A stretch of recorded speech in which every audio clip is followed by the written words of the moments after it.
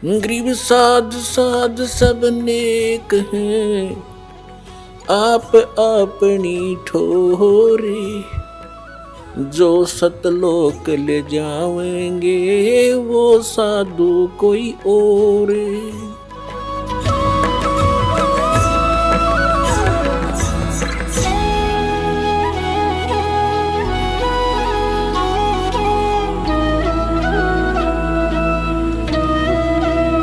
आपको प्रमाण दिखाती है। पहले आपको ये सिद्ध करते हैं ये 3 गुण क्या हैं, देखिएगा अपने ही सदग्रंथों से। अब देखो श्रीमद् देवी भागवत से हम सिद्ध करते हैं कि तीनों गुण कौन हैं। देखिएगा ये है श्रीमद् देवी भागवत हिंदी टीका सहित भाग 1। ये छपी कहाँ से है? अथ देवी भागवतम सभाष्टिकम सहमातम, खेमरा श्री कृष्ण दास प्रकाशन बंबई से प्रकाशित है।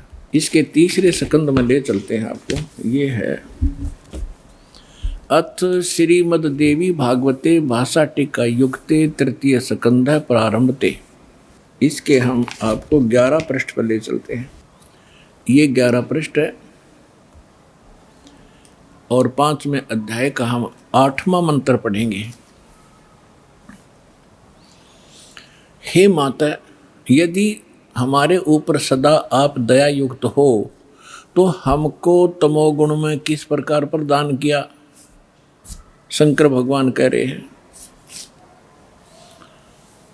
और ब्रह्मा रजोगुण और हरि सतगुण युक्त क्यों किए? अब क्या बता रहे हैं, फिर हम संस्कार देखेंगे। यदि दया धर्मना न सदा अंबिके, आप यदि हमारे ऊपर सदा मेहरबान बताते हो, मैं तुम्हें बहुत प्यार करती हूँ, तो कथम अहम विहित, क्यों मैं बना दिया तमोगुण, तमोगुण। और कमल से उत्पन्न होने वाले ब्रह्मा जी को रजोगुण संभव है, रजोगुण क्यों बना दिया? और सुवित किमु सतोगुण हरि, और विष्णु को आपने सतोगुण क्यों बना दिया? इति सिद्धम रजगुण ब्रह्मा सतगुण विष्णु तमगुण शिव जी। अब एक और पुराण से सिद्ध करते हैं ब्रह्मा विष्णु महेश क्या है। देखिए ये है मार्कंडेय पुराण, सचित्र मोटा टाइप, केवल हिंदी, और गीता प्रेस गोरखपुर से प्रकाशित है। इसके 22-23 पृष्ठ पर दिखाएंगे। ये 122 पृष्ठ पर हम पढ़ना शुरू करेंगे मार्कंडेय पुराण। यहाँ से मार्कंडेय जी बोले, ये बता रहे हैं सारा कुछ, हम यहाँ आ जाते हैं। मार्कंडेय जी बता रहे हैं रजोगुण प्रधान ब्रह्मा, तमोगुण प्रधान रुद्र, सत्व प्रधान विश्वपालक विष्णु हैं, और यही 3 देवता हैं और यही 3 गुण हैं। अब जिसको ये अनपढ़ अशिक्षित कहा करते थे उस परमेश्वर ने 600 वर्ष पहले बता रखा था ब्रह्मा विष्णु महेश, रजगुण ब्रह्मा सतगुण विष्णु तमगुण शिव जी। जो इनकी पूजा करते हैं वो कभी मुक्ति प्राप्त नहीं कर सकते। श्रीमद् भगवद गीता में उनको क्या संज्ञा दी है? इस त्रिगुण में ही माया, रजगुण ब्रह्मा सतगुण विष्णु तमगुण शिव जी की जो पूजा करते हैं, जिनकी बुद्धि इन्हीं पर सीमित होगी है, इसके अतिरिक्त वो किसी की बात को सुनना पसंद भी नहीं करते। राक्षस स्वभाव को धारण किए हुए मनुष्यों में नीच दूषित कर्म करने वाले मूर्ख 4 गाली इकट्ठी दे रखी है। गीता ज्ञानदाता कहता हो मेरी भक्ति भी ना करते। गीता ज्ञानदाता कौन है? ये ब्रह्म है, ये सरपुरुष है, 21 ब्रह्मांड का स्वामी है, ब्रह्मा विष्णु महेश का पिता है, जो श्री कृष्ण में प्रवेश करके श्रीमद् भगवद गीता का ज्ञान बोल गया। आइए पढ़ें अपने ही सदग्रंथों को, जिनको हम डेली रटा करते, हम पढ़ा करते, समझा नहीं करते। हमने मान रखा था इसके पढ़ने मात्र से ही मोक्ष होगा। नहीं, श्रीमद् भगवद गीता में जो लिखा है वैसे करने से मोक्ष होगा, ना कि केवल पढ़ने मात्र से। पढ़ने से ज्ञान होता है, वो ज्ञान भी ना हुआ, हमने पढ़ते पढ़ते कितने दिन बीत गए थे, वर्ष बीत गए थे। गुरु बिन काहु न पाया ज्ञाना, जो थोथा बुस छड़े मूड किसाना। गुरु बिन वेद पढ़े जो प्राणी, समझन सार रहे अज्ञानी। तो हम इन पढ़ा भी करते इन सदग्रंथों को, लेकिन ज्ञान नहीं था। आज हम पढ़ेंगे इस पवित्र सदग्रंथों को परमात्मा की तत्व ज्ञान की रोशनी में, हम एक एक अक्षर समझ जाएंगे। आइएगा अब 7वां अध्याय पढ़ते हैं। देखिएगा, श्रीमद् भगवत गीता जय दयाल गोविंद का इसके अनुवादक हैं। गीता प्रेस गोरखपुर से ये प्रकाशित है और ये सबसे अधिक हिंदू समाज में यही पढ़ी जा रही है। अब देखते हैं 7वां अध्याय। ये स्टार्ट है अथ 7वां अध्याय श्रीमद् भगवत गीता। अब गीता ज्ञानदाता कहता है कि हे पार्थ, हे अर्जुन, अनन्य प्रेम से मुझ में आसक्त चित्त तथा अनन्य भाव से मेरे प्रयाण होकर योग में लगा हुआ तू जिस प्रकार संपूर्ण समग्रम संपूर्ण विभूति बल ऐश्वर्य गुण से युक्त सबके आत्मरूप माम मुझको संशय रहित जानेगा, उसको सुन। अब क्या कहता है गीता ज्ञानदाता? कहता है कि अब जो ज्ञान सुनाने जा रहा हूँ, इसके जानने के बाद तुझे कोई शंका नहीं रहेगी मैं क्या हूँ। आगे देखो, दूसरे श्लोक में कहा है 7वां अध्याय दूसरा मंत्र, मैं तेरे लिए इस विज्ञान सहित तत्व ज्ञान को, इस ज्ञान को, तत्व ज्ञान ज्ञान को पूर्णतः कहूँगा, जिसको जानकर संसार में और कुछ भी जानने योग्य शेष नहीं रह जाता। अब क्या बता रहा गीता ज्ञानदाता कि ऐसा ज्ञान सुना दूंगा, इसके बाद फिर कुछ जानने की आवश्यकता नहीं रहेगी।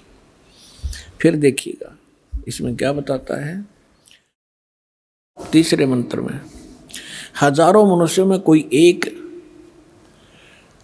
सिद्धेय माने परमात्मा प्राप्ति के लिए प्रयत्न करता है, और प्रयत्न करने वाले सिद्धानाम साधकों में भी कोई एक मेरे प्राण होकर मुझको तत्व से वेति माने जानता है, तत्व से जानता है। ये क्या कह रहा है कि परमात्मा की प्राप्ति के लिए हजारों में से कोई ही भक्ति करना चाहता है, परमात्मा की प्रयत्न कर रहा है। उनमें से मेरे तक भी कोई एक आधा ही पहुंचता है, ना तो नीचे के देवी देवताओं तक ही सीमित रह जाते हैं। आगे देखो फिर क्या बता रहे हैं। चौथा और 5वें का इकट्ठा अनुवाद है, पृथ्वी जल अग्नि वायु और आकाश मन बुद्धि और अहंकार, इस प्रकार यह 8 प्रकार से विभाजित मेरी प्रकृति है। यह 8 प्रकार से भेद वाली तो अपरा मेरी जड़ प्रकृति है, और हे महाभाव इससे दूसरी जिससे ये संपूर्ण जगत धारण किया जाता है, मेरी जीव रूपा चेतन प्रकृति जान। अब यहाँ 2 से दोगे, 2 प्रकृति, एक तो इन्होंने बता दिया 5 तत्व और मन बुद्धि और अहंकार, ये 8 प्रकार से बनी प्रकृति। दूसरी बता रहे हैं ये चेतन प्रकृति, ये दुर्गा है। दुर्गा, अब देखो ये सिद्ध हो रहा है कि दुर्गा को भी प्रकृति कहते हैं, और आप जी को बहुत बार इन सदग्रंथों में प्रमाणित किया है। जैसे श्री देवी भागवत सचित्र मोटा टाइप गीता प्रेस गोरखपुर से प्रकाशित के तीसरे स्कंद में 123 पृष्ठ पर विष्णु जी कहते हैं अपनी माँ के विषय में। अब पुण्यात्माओं ये सारे कंसेप्ट साथ साथ क्लियर करने पड़ेंगे, क्योंकि बहुत से श्रोता प्रथम बार आते हैं तो उन्होंने ये ज्ञान गहनता से सुना नहीं होता ध्यान से, और थोड़ा बहुत सुन लेते हैं, पुण्यात्मा शीघ्र प्रेरित हो जाते हैं, वो आते हैं। तो यहाँ इनको बैठकर सुनने का समय मिलता है 2 घंटे सुबह 2 घंटे शाम को, तो इसलिए यहाँ एक विशेष विस्तार के साथ ये ज्ञान सुनाया जाता है। ये श्रीमद् देवी भागवत देखिएगा, सचित्र मोटा टाइप हिंदी, गीता प्रेस गोरखपुर से प्रकाशित है। और परमात्मा चाहने वाले हिंदुओं के घरों पर यह लगभग रखी पाओगी। ये है संक्षिप्त श्रीमद् देवी भागवत सचित्र मोटा टाइप केवल हिंदी। प्रकाशक हैं हनुमान प्रसाद पोदार चिमनलाल गोस्वामी और गीता प्रेस गोरखपुर से प्रकाशित है। इसके 123 पृष्ठ पर पढ़ लें, पर्याप्त है। 123 पृष्ठ, तीसरा स्कंद, संक्षिप्त देवी भागवत। तुम शुद्ध स्वरूपा हो, ये सारा संसार तुम ही से उद्भासित हो रहा है। मैं ब्रह्मा और शंकर हम सभी तुम्हारी कृपा से विद्यमान हैं। हमारा आविर्भाव माने जन्म, तिरोभाव माने मृत्यु हुआ करता है। हमारा तो जन्म मृत्यु होता है, केवल तुम ही नित्य हो, जगत जननी हो, प्रकृति और सनातनी देवी हो। भगवान शंकर बोले, यदि भगवान विष्णु तुमसे प्रकट हुए हैं तो उनके बाद उत्पन्न होने वाले ब्रह्मा भी तुम्हारी बालक हुए, फिर मैं तमोगुणी लीला करने वाला शंकर क्या तुम्हारी संतान नहीं हुआ? अर्थात मुझे भी उत्पन्न करने वाले तुम ही हो। शिवे, संपूर्ण संसार की सृष्टि करने में तुम बड़ी चतुर हो। शिवे, शिवे भी कहा इसको। इस संसार की सृष्टि, स्थिति और संहार में तुम्हारे गुण सदा समर्थ हैं। उन्हीं तीनों गुणों से उत्पन्न हम, तीनों गुणों, रजगुण ब्रह्मा, सतगुण विष्णु, तम गुण शिव जी, उन्हीं तीनों गुणों से उत्पन्न हम ब्रह्मा, विष्णु एवं शंकर नियमानुसार कार्य में तत्पर रहते हैं। अब ये क्या सिद्ध हो गया? इस थोड़ी सी पंक्तियों में कितने कंसेप्ट क्लियर हो गए। नंबर 1, ब्रह्मा विष्णु महेश की जन्म मृत्यु होती है। नंबर 2, दुर्गा को प्रकृति कहते हैं। नंबर 3, ब्रह्मा विष्णु महेश की माता दुर्गा है। और नंबर 4, रजगुण ब्रह्मा, सतगुण विष्णु, तमगुण शिव जी। नंबर 5, ये केवल वर्क डन ही दे सकते हैं, जैसा कर्म जीव ने किया उसमें कोई परिवर्तन नहीं कर सकते, नियमित कार्य ही कर सकते। ये 5 कंसेप्ट, 5 पॉइंट कति सिद्ध हो गए। अब थोड़ा सा और दिखाते हैं आपको। ये देखिएगा संक्षिप्त शिवपुराण। इस संक्षिप्त शिवपुराण के अंदर ये गीता प्रेस गोरखपुर से प्रकाशित है, सचित्र मोटा टाइप, केवल हिंदी। और ये कहाँ से प्रकाशित है देखिएगा, हनुमान प्रसाद पोदार इसका इनके संपादक हैं और प्रकाशक हैं। ये गीता प्रेस गोरखपुर, गोविंद वन कार्यालय, कोलकाता का संस्थान। यहाँ देखिएगा संक्षिप्त शिवपुराण 98 पृष्ठ से हम थोड़ा सा पढ़ेंगे। यहाँ 5वां अध्याय रुद्र संहिता का हम पढ़ेंगे, 6ठा। 5वें के एंड को पढ़ रहे हैं। अपने पुत्र नारद की बात सुनकर लोक पितामह ब्रह्मा वहाँ इस प्रकार बोले। 5वां अध्याय समाप्त हुआ, 6ठा प्रारंभ हुआ रुद्र संहिता का। 99वें पृष्ठ पे नारद ने पूछा था कि सृष्टि की रचना बताइए भगवान पिताजी ब्रह्मा जी से। तो ब्रह्मा जी ने बताया, अब आपके रूबरू पढ़कर सुनाता हूँ। ब्रह्मा जी ने कहा ब्राह्मण श्रोमणे, तुम सदा समस्त जग के उपकार में लगे रहते हो। तुमने लोगों के हित की कामना से बहुत उत्तम बात पूछी है। जिसमें समस्त चराचर जगत नष्ट हो गया था, सर्वत्र केवल अंधकार ही अंधकार था, न सूर्य दिखाई देते थे, न चंद्रमा आदि आदि कुछ भी नहीं थे। उस समय तत्सद्ब्रह्म, जिस श्रुति में सत सुना जाता है, इस श्रुति में जो सत सुना जाता है एकमात्र वही शेष था। 100 पृष्ठ पे जिस परब्रह्म के विषय में ज्ञान और अज्ञान से पूर्ण युक्तियों द्वारा इस प्रकार विकल्प किए जाते हैं। यानी ब्रह्मा जी कह रहे हैं कुछ सच्ची कुछ झूठी जो मैंने सुनी है वो बता रहा हूँ। उसने कुछ काल के बाद, कुछ समय के उपरांत द्वितीय की इच्छा प्रकट की। उसके भीतर एक से अनेक होने के संकल्प उदित हुए। तब उस निराकार परमात्मा ने अपनी लीला शक्ति से अपने लिए एक मूर्ति की कल्पना की। इनका क्या मानना है कि परमात्मा मूलतः निराकार है और उसने फिर अपने आकार में आने की सोची, तब क्या बन गया? सदाशिव बन गया। फिर वो सदाशिव बन गए। अब देखो क्लियर होगा यहाँ से। उसने कल्पना की, अब मूर्ति की कल्पना की अपने लिए। उस निराकार परमात्मा ने अपनी लीला शक्ति से अपने लिए मूर्ति की कल्पना की। जो मूर्ति रहित परम ब्रह्म है उसकी मूर्ति यहाँ देखिए, भगवान सदाशिव हैं। अब सदाशिव कौन है ये देखना ध्यान से। ये किसको सदाशिव कहते हैं? अर्वाचीन और प्राचीन विद्वान उन्हीं को ईश्वर कहते हैं। उस समय एकाकी रहकर स्वेच्छानुसार विहार करने वाले उन सदाशिव ने अपने विग्रह से स्वयं ही स्वरूप भूता शक्ति की सृष्टि की, जो उनके अपने श्री अंग से कभी अलग होने वाली नहीं थी। उस पराशक्ति को प्रधान भी कहते हैं, प्रकृति भी कहते हैं, गुणवती माया, बुद्धि तत्व की जननी तथा विकार रहित कहा है। वह शक्ति अंबिका कही गई है।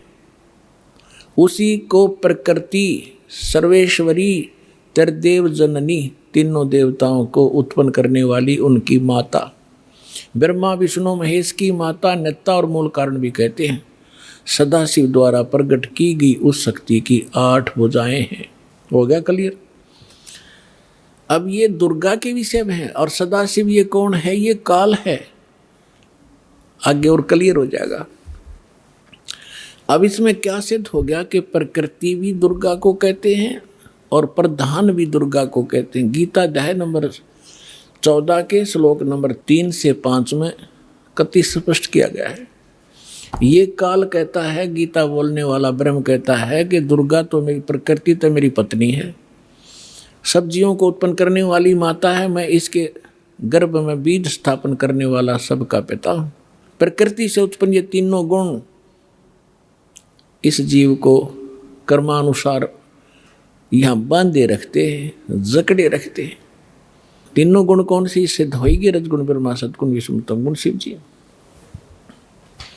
ये देखिएगा अध्याय 14 और सुनाता हूँ आपको। ताजा ताजा है, ये जल्दी समझ में आ जाएगा।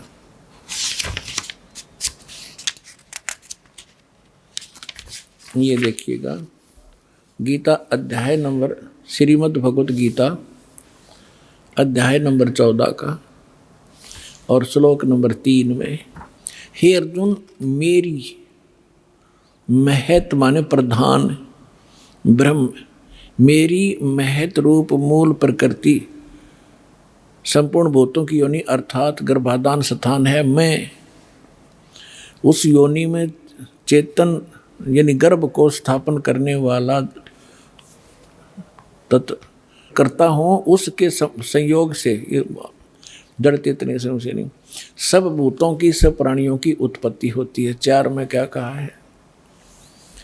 हे अर्जुन, नाना प्रकार की सब योनियों में जितनी मूर्तियां अर्थात शरीरधारी प्राणी उत्पन्न होते हैं, प्रकृति दुर्गा, प्रकृति यानी दुर्गा उन सब की गर्भ धारण करने वाली माता है और मैं बीज स्थापन करने वाला पिता हूँ। और 5वें में क्या कहा है? हे अर्जुन, सतगुण, रजगुण और तमगुण ये प्रकृति से उत्पन्न, दुर्गा से उत्पन्न ब्रह्मा विष्णु महेश, विष्णु ब्रह्मा महेश तीनों गुण, ये तीनों देवता अविनाशी जीव आत्मा को शरीर में बांधते हैं। अब इसने, काल ने हमें मूर्ख बनाने के लिए ब्रह्मा विष्णु महेश के सिर ठेकरा फोड़ दिया कि ये तीनों देवता ही सबको यहाँ फंसा कर रखते हैं। परमात्मा ने आकर बताया, ब्रह्मा विष्णु महेश्वर माया और ये धर्म राया कहिए, इन पांचों मिल पर पंच बनाया, वाणी हमरी लइए। ब्रह्मा विष्णु महेश दुर्गा और काल ने, इन पांचों ने मिलकर ये प्रपंच रच रखा है। हमारी बात को गहराई से सोचियो बच्चों, परमात्मा ने कहा। अब ये सिद्ध हो ही रहा है। ये पांचों मिलकर जकड़े बैठे हमारे को। इन पांचों मिल जीव अटकाए, युगन युगन हम आन छुटाए, बंदी छोड़ हमारा नामम, अजर अमर है अस्थिर ठामम, अमर करूं सतलोक पठाऊं, ताते बंदी छोड़ कहाऊं। यहाँ पवित्र शिव पुराण को हमने फिर उठा लिया, श्रीमद् भगवत गीता को रख दिया, उसमें से इतना ही लेना था। अब देखिएगा, ये संक्षिप्त शिव पुराण हम पढ़ रहे हैं और 100 पृष्ठ पे पढ़ रहे थे। यहाँ आगे थे हम,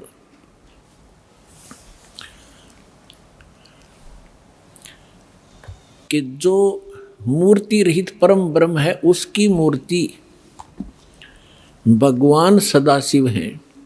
अर्वाचीन और प्राचीन विद्वान उन्हीं के ईश्वर कहते हैं। उस समय एकाकी रहकर स्वेच्छानुसार विहार करने वाले सदाशिव ने अपने विग्रह से स्वयं ही एक स्वरूप भूता शक्ति की सृष्टि की, जो उनके अपने श्रीअंग से कभी अलग होने वाली नहीं थी। उस पराशक्ति को अपने विग्रह माने शरीर से निकाली दुर्गा को ये खुद मान रहे हैं। पुण्यात्माओं परमात्मा आए थे, ब्रह्मा जी को मिले, विष्णु जी को मिले, शिव जी को मिले। पहली बार तो इन्होंने ज्ञान सुना ढंग से। परमात्मा ने सबसे पहले ब्रह्मा को सृष्टि रचना आदि सुनाई थी। पहले उसने ठीक माना, बाद में काल ने उसके अंदर प्रवेश करके बुद्धि भ्रष्ट कर दी कि ये झूठ बोलता है, मन गढ़ंत कहानियाँ हैं, वेद सर्वश्रेष्ठ है, इसके अतिरिक्त कोई बातें मत मानो। तो इस ब्रह्मा जी ने कुछ तो परमात्मा से प्राप्त ज्ञान और कुछ फिर अपने अज्ञान के आधार से ये ज्ञान सुनाना चाहा, तो फिर भी सच्चाई छुपी नहीं। ये क्या कहना चाहते हैं कि सदाशिव पहले निराकार था, फिर सदाशिव बन गया। उसने अपने शरीर से एक शक्ति निकाल ली, वह प्रकृति कलाई, उसी को जगदम्बिका कहते हैं। तीनों देव की जननी, ब्रह्मा विष्णु महेश की माता, और उसकी 8 भुजाएं। यहाँ कर दिया ना डंगा इसने। और परमात्मा ने पहले ही बता रखा है कि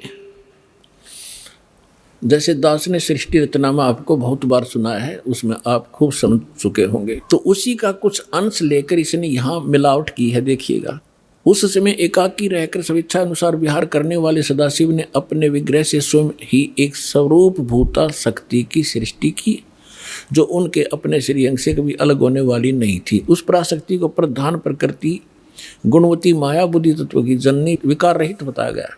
वह शक्ति अंबिका दुर्गा कही गई है। उसी को प्रकृति सर्वेश्वरी त्रिदेव जननी नित्य मूल कारण भी कहते हैं।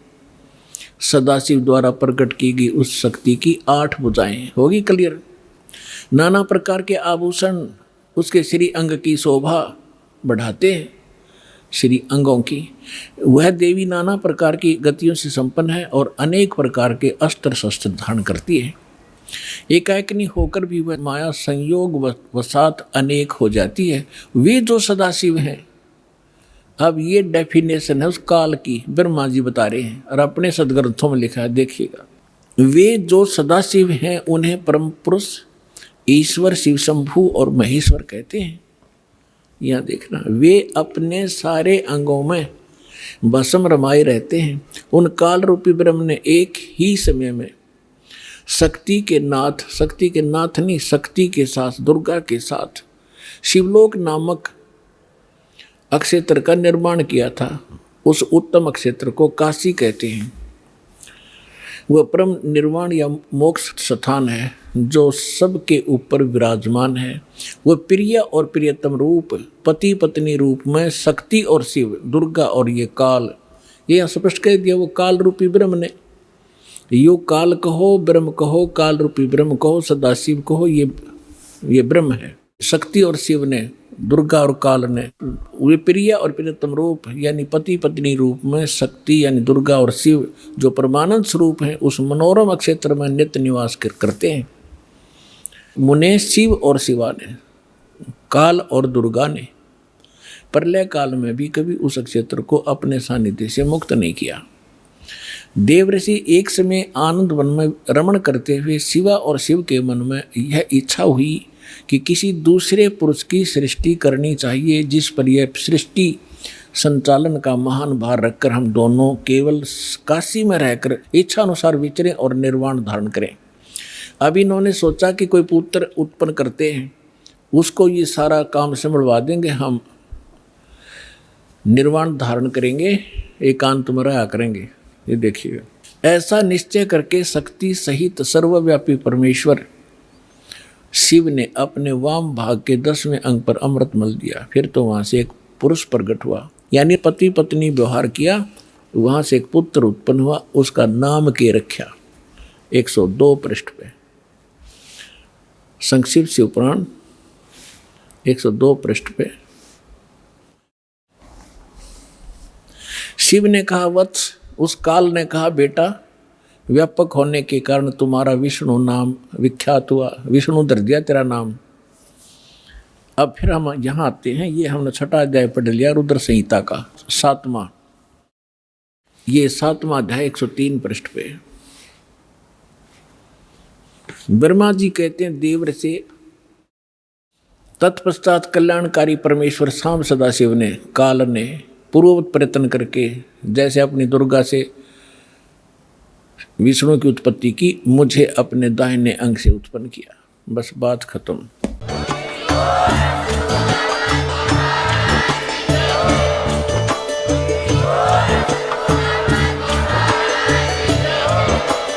आप सुन रहे थे जगत गुरु तत्वदर्शी संत रामपाल जी महाराज जी के मंगल प्रवचन। अधिक जानकारी के लिए विजिट कीजिए हमारी वेबसाइट www.jagatgururampalji.org। संत रामपाल जी महाराज जी के शुभ आशीर्वाद से पूरे विश्व भर में 500 से भी ज्यादा नाम दीक्षा केंद्र हैं, जिन पर संत रामपाल जी महाराज जी द्वारा ऑनलाइन निशुल्क नाम दीक्षा दी जा रही है। अपने नजदीकी नाम दीक्षा केंद्र का पता करने के लिए संपर्क करें 8222880541।